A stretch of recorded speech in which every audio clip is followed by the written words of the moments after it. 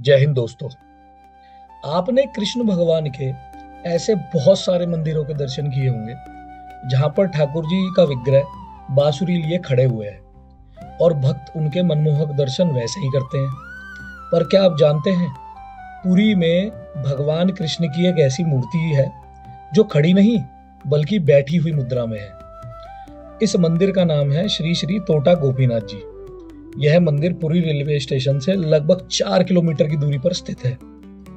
इस मंदिर की कहानी शुरू होती है श्री चैतन्य महाप्रभु के कृष्ण विरह से। एक दिन महाप्रभु कृष्ण के विरह में इतने व्याकुल हुए कि वे बगीचे की मिट्टी खोदने लगे और तभी जमीन के अंदर से प्रकट हुए साक्षात गोपीनाथ जी। बगीचा यानी तोटा में मिलने के कारण इनका नाम पड़ा तोटा गोपीनाथ। महाप्रभु ने इनकी सेवा का भार अपने प्रिय शिष्य गदाधर पंडित को सौंप दिया। वक्त बीता। महाप्रभु के जाने के बाद गदाधर पंडित पूरी तरह टूट चुके थे।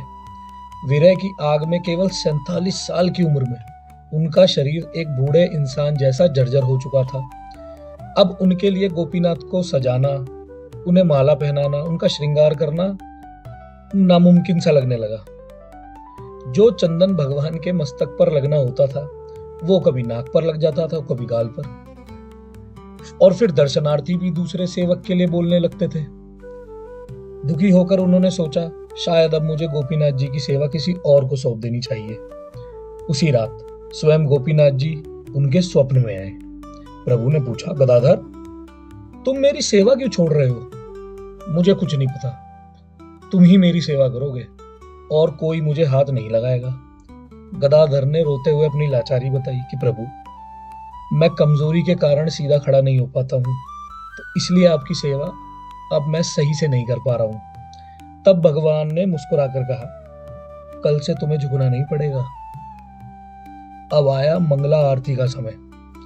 अगली सुबह जब गदाधर मंदिर पहुंचे तो उन्हें आश्चर्य का ठिकाना ना रहा।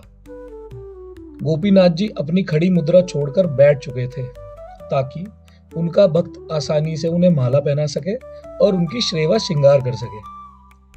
ठाकुर जी की सेवा भी ठाकुर जी की मर्जी से ही मिलती है। अगर आप ठाकुर जी की सेवा करते हैं तो इसका मतलब यह है कि प्रभु आपसे सेवा करवाना चाहते हैं। अगर ऐसी और मनमोहक कहानियां आप सुनना चाहते हैं तो हमारे चैनल को फॉलो कीजिए और हमारी रील्स को शेयर कीजिए।